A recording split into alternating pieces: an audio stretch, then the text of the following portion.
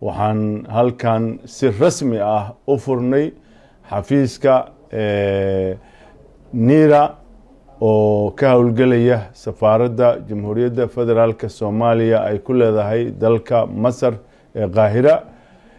Horey waxaa u shaqeynayay xafiiskii baasaboorada iyo socdaalka hay'adda socdaalka iyo jinsiyadaha baa xafiiskeeda u furnaa.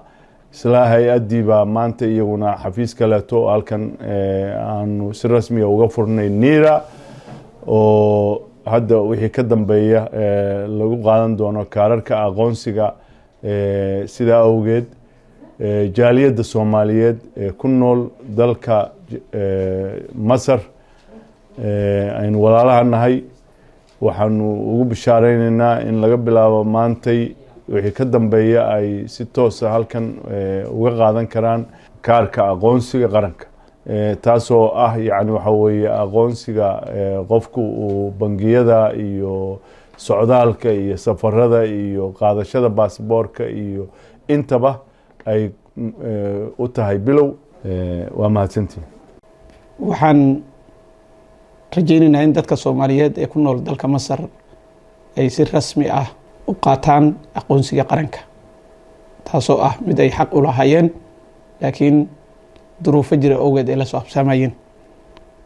intaa kadib waxaan rabnaa in 25 bisha 12aad si rasmi ah dadku ay loo siiyo aqoonsiga qaranka.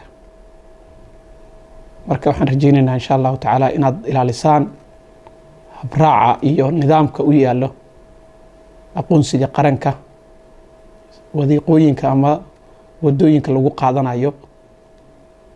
qofka markuu dukumiinti leeyahay hab uu marayaa jirto, qofka markuu dukumiinti uusan lahaynna hab uu marayaa jirto.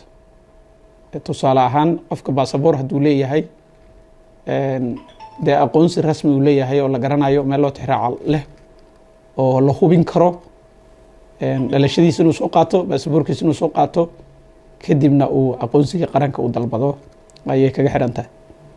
qofkaan wax dukumiinti haysanin ama kaar UN leh asagana inuu maro nidaamka kale loogu talagalay inuu dhalashada soo samaysto, inuu interviewga qaato, kadibna inuu maro habraaci kaleento loogu talagalay dukumiintiga.